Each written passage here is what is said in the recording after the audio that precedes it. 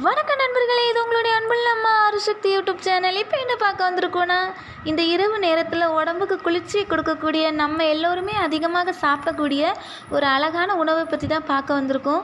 இது பாருங்கள், இது என்னன்னு தெரியுதா? உங்களுக்கு தெரியலன்னு நினைக்கிறேன், நான் சொல்லிடுறேன். இது நொங்கு, சரியா? பனைமரத்துலேருந்து கிடைக்கும் இந்த நொங்கு நம்ம சாப்பிட்றதுனால என்னென்ன பிரச்சனைகள்லாம் சரியாகும்னா, குடல் புண் சரியாகும், அதே மாதிரி சளி குறையும். இந்த நொங்கில் உள்ள மேலே உள்ள தொளி இருக்குது பார்த்தீங்களா, அதை சாப்பிட்டிங்கன்னா ரொம்ப ரொம்ப ரொம்ப ரொம்ப நல்லது. ஏன்னா அது லைட்டாக கசந்துட்டு துவக்கும். அது ஒதுக்கி போடக்கூடாது. அந்த தொழிலில் மருந்து இருக்குது. என்னெல்லான்னு பார்த்தீங்கன்னா, கர்ப்பிணி பெண்களுக்கு ரொம்ப ரொம்ப நல்லது. அதாவது பொதுவாக சொல்லணுன்னா கர்ப்பப்பைக்கு ரொம்ப ரொம்ப நல்லது.